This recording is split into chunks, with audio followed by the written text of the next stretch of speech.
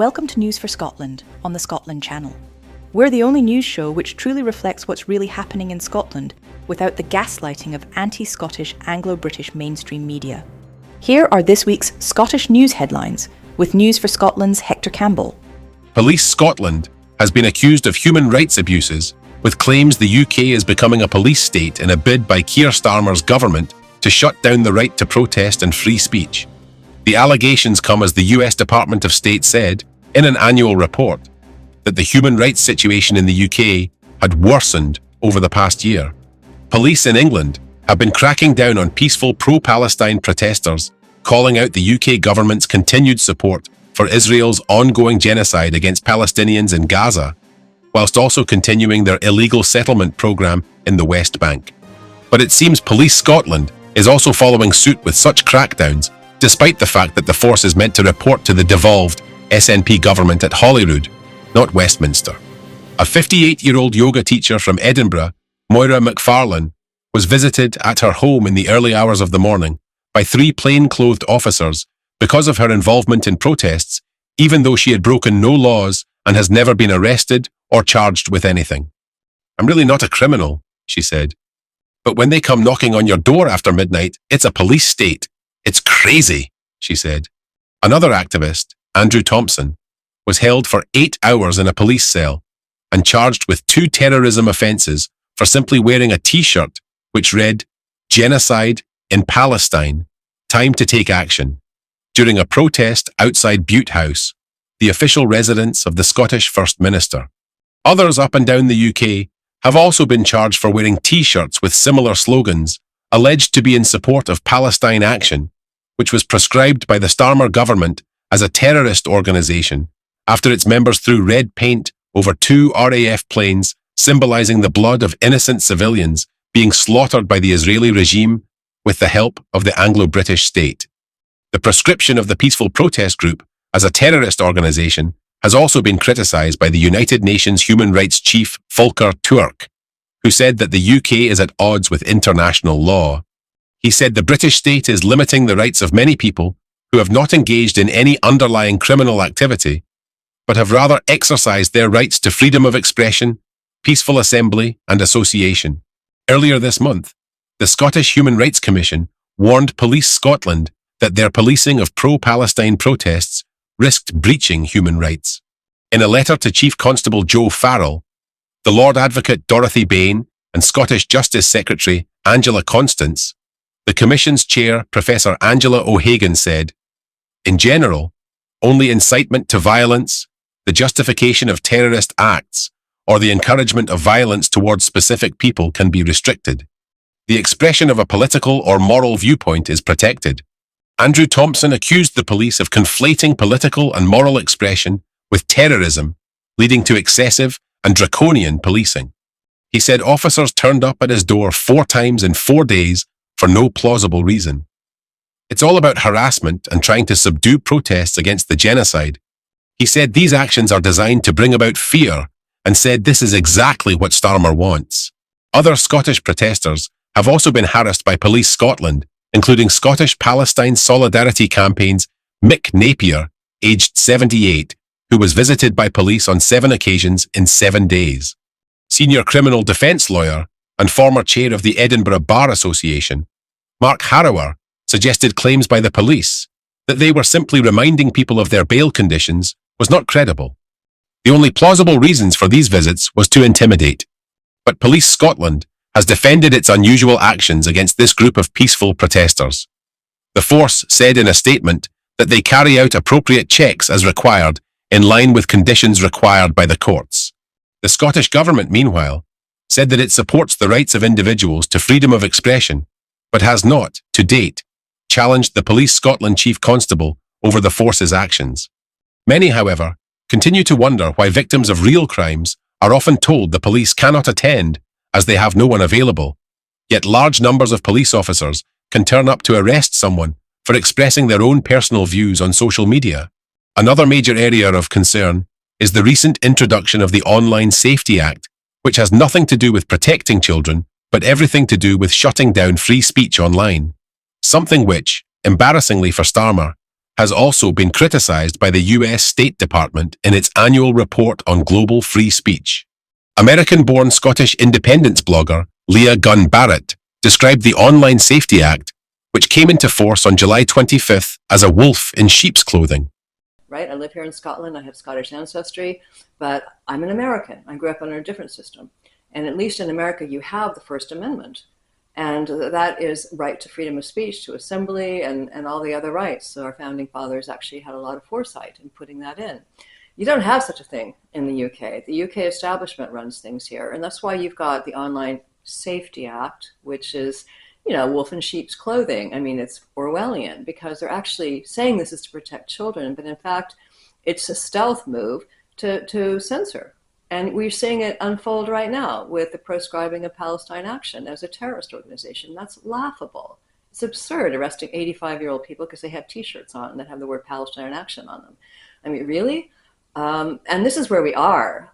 We are living under an increasingly authoritarian police state. And even all the police departments now are developing units to enforce, you know, not only the Terrorism Act 2000, there are so many acts on the British statute books that are about censoring people and silencing them, because there is no right to free speech in this disunited kingdom. Anti-genocide protesters are finding innovative ways to circumvent the ridiculous crackdown on people wearing T-shirts in support of the peaceful protest group Plasticine Action, which has been proscribed as a terrorist group by Starmer's government in London.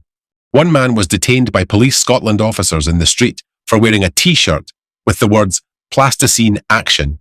We oppose AI-generated animation during a national Palestine rally held in Glasgow last weekend. A video circulating online shows the two officers detaining the man wearing the T-shirt, which included an image of the Aardman character Morph. Embarrassingly for Police Scotland, the video went viral.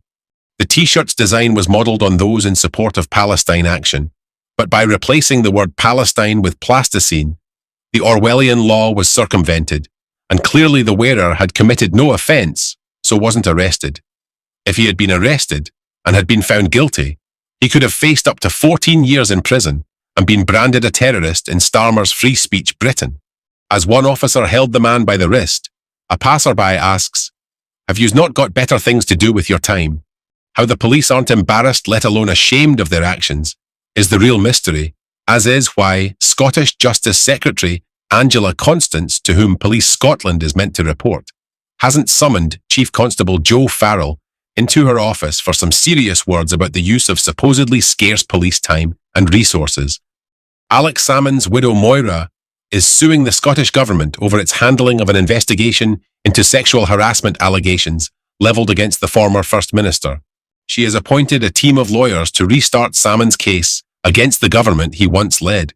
At the time of his death, Salmond was pursuing legal action against the Scottish Government and Police Scotland through the Court of Session following his acquittal of charges of sexual assault at the High Court in Edinburgh in 2020. The action related to a flawed Scottish Government investigation into the complaints levelled against him, which many in the independence movement believe were orchestrated by the British state to remove someone they regarded as the biggest threat to the continuation of the UK. Meanwhile, Alex Salmond's niece, Christina Hendry, has hit out at Nicola Sturgeon for showing a complete lack of human decency after new personal attacks against her late uncle in her memoir, Frankly. Hendry, who spoke at her uncle's memorial service in St Giles Cathedral in Edinburgh after his death from a heart attack last November, said Sturgeon's comments had caused further distress to Salmond's family almost a year after his death, and appealed to her to stop her attacks on him. The former Scottish First Minister also wrote in her autobiography that she thought Salmond or his allies were guiding some opposition MSPs on what to ask her during the investigation into the Scottish Government's handling of sexual harassment allegations against Salmond after he was cleared of all charges against him.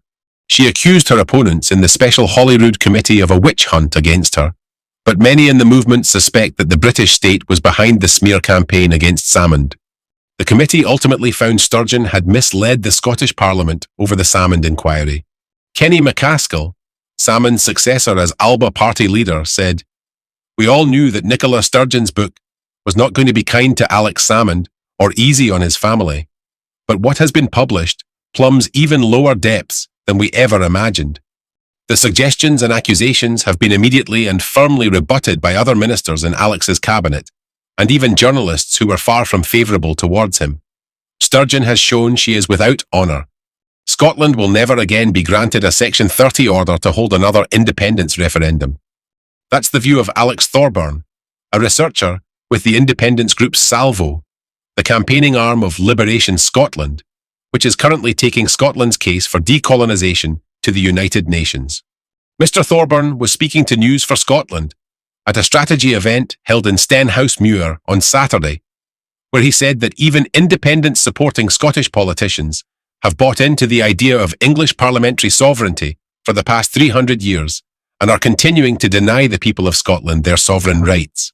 Even before 1707, it was not the people of Scotland that took us into a so-called union that never existed.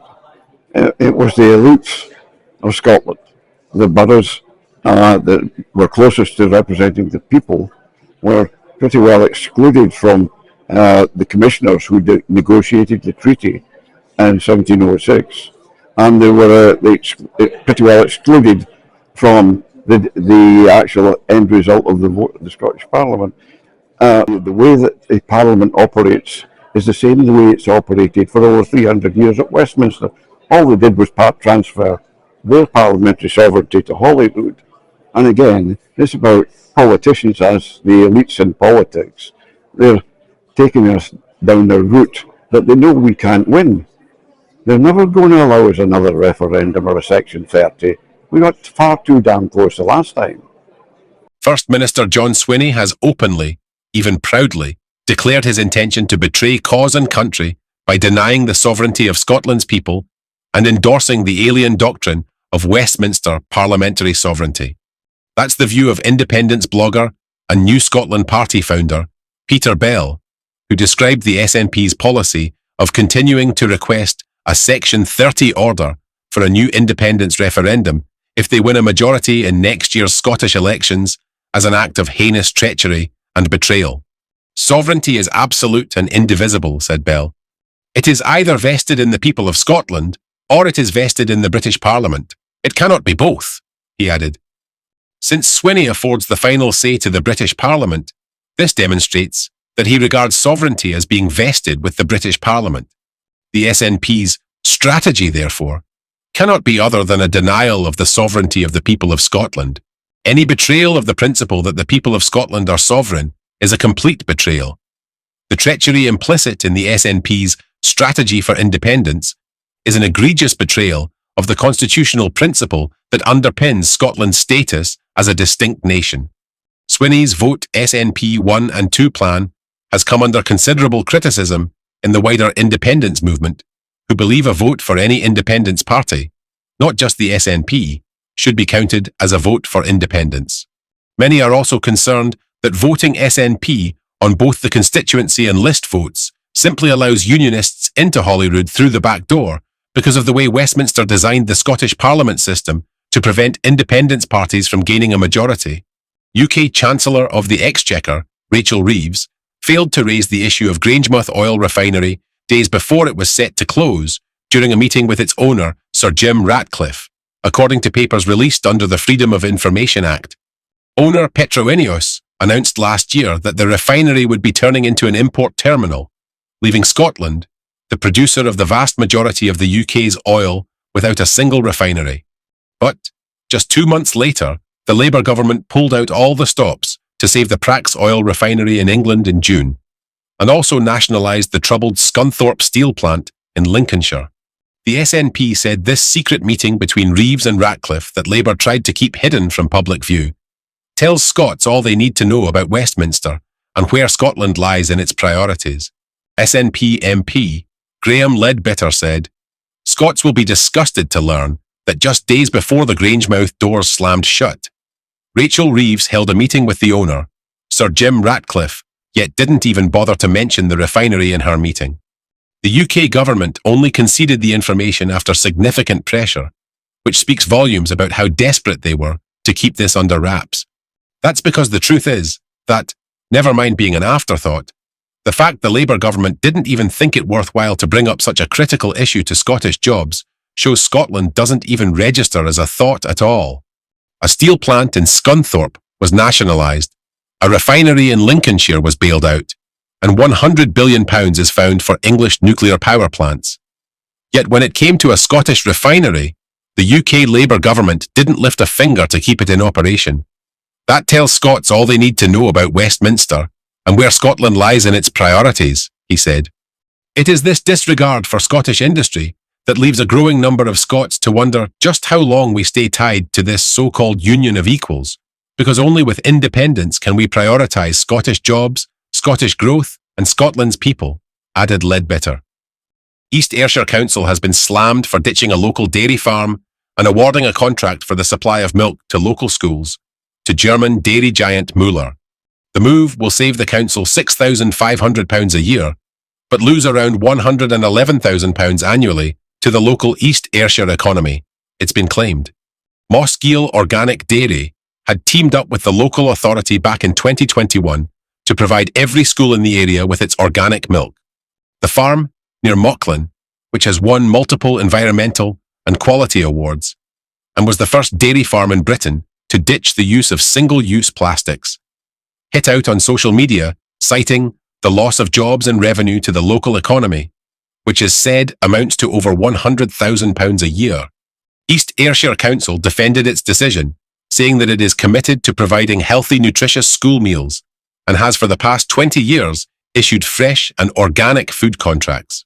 Müller has committed to maintain these standards, said a spokesperson who added, the council also has strong links through the Ayrshire Economic Forum that engages with the wider local market to promote opportunity, and there is also direct support from the council's business support team and the supplier development programme, which delivers grant support and expertise to businesses exploring public sector procurement opportunities.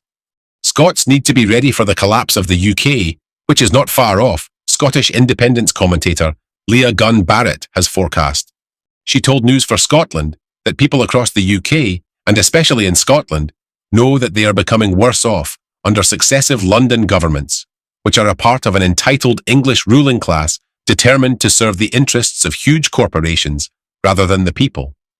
The American-born blogger also forecast an increased threat of civil unrest as a result, and said that we need to make sure that a newly independent Scotland doesn't simply become another version of the failed Westminster system. So yes, the disunited kingdom, how long do we have? That's an excellent question. I think much depends on how much people are willing to take. I think that we are very close to mass social unrest. I mean, just look at the data. Well, even though it's imperfect and doctored probably by the UK government, but nevertheless, people know that they're not doing well. There's rising poverty across the UK. Formerly, people who were middle class no longer are. There's particularly egregiously childhood poverty. There's out of control immigration coming in into the UK, which is changing the character of the nations within the UK against the will of the people. There is obviously the cost of living is unsustainable for many people, job insecurity, a whole bunch of social issues and problems. And then of course you've got the international situation where the UK is still strutting around the world stage as though it has, you know, some kind of importance and power and it's just a vassal of the United States. That's clearly not going to be sustainable. In fact, the whole European Union project, I think, is in danger of collapse because it's become increasingly authoritarian. And, you know, we're coming to the end of the road, really, with neoliberal capitalism. I think is really what's happening. And financial capitalism, which is a rentier economy where the economy no longer makes things that are productive. There's no investment going on for local communities. Small and medium-sized businesses are not getting loans from banks because the big banks are so concentrated. All they're interested in doing is loaning for big projects, which is basically asset purchases, land, buildings, things that don't actually contribute value to the real economy. So that's kind of at the heart of it all. And it is not sustainable. It will eventually come crashing down. So for people to understand that is coming, it is definitely coming, I believe. And it is even coming for a country as big as the United States, where there's tremendous dissatisfaction domestically because the U.S. government, like the UK government, has been captured by, corporate interests. If you look at the disunited kingdom, it is an artificial construct. And who's really running things? It's the British, the English establishment, right? Our politicians in Scotland have to pay obeisance to an English king, sausage fingers. He comes up here and spends a month of August at Balmoral and struts around in his kilt. Really, it's just it's a bit silly, really, that we even tolerate this. So I think we have to be ready. Scotland, the Scottish people need to be ready for the eventual breakup, whatever, of this disunited kingdom, because it's not going to last that much longer. But we would need to be careful that we replace it with something that is going to actually serve the interests of the Scottish people. Bressay Lighthouse in Shetland, which was built by the father and brother of the famous Scottish writer Robert Louis Stevenson, has gone up for sale after the trust, which cares for it, said they've had to make the difficult decision to sell due to rising costs and financial pressures. The lighthouse has stood as a guiding beacon on the island for more than 160 years. Built in 1858 by renowned lighthouse engineers David and Thomas Stevenson, the B-listed landmark has been owned by the Shetland Amenity Trust since 1995. It's on the market for over £350,000. Residents around the Glenfinnan Viaduct, made famous by its appearance in Harry Potter films, are being swamped by thousands of visitors every time the Jacobite steam train passes through. Around 600,000 people a year come to the area to catch a glimpse of the tourist train, made famous as the Hogwarts Express in the Harry Potter films, and all arriving at the same time to see the train pass by. This daily surge of up to 1,000 people all arriving at the same time to see the train is causing chaos for residents of the hamlet, with a population of just 118. It's creating a pressure cooker moment every day for the village, with cars parked everywhere and paths to the hillside becoming a quagmire of mud, said one local. They're all coming at the same time. There is not enough space, said another. A new weekend bus service has been launched between Fort William and Glenfinnan to encourage more people to leave their cars behind and travel to the viaduct more sustainably. It will run 4 times a day, and it is hoped should go some way to helping break up crowds of tourists, easing the strain on the village roads, landscape and resources. Join us again next week for another roundup of Scottish news. Thanks for watching.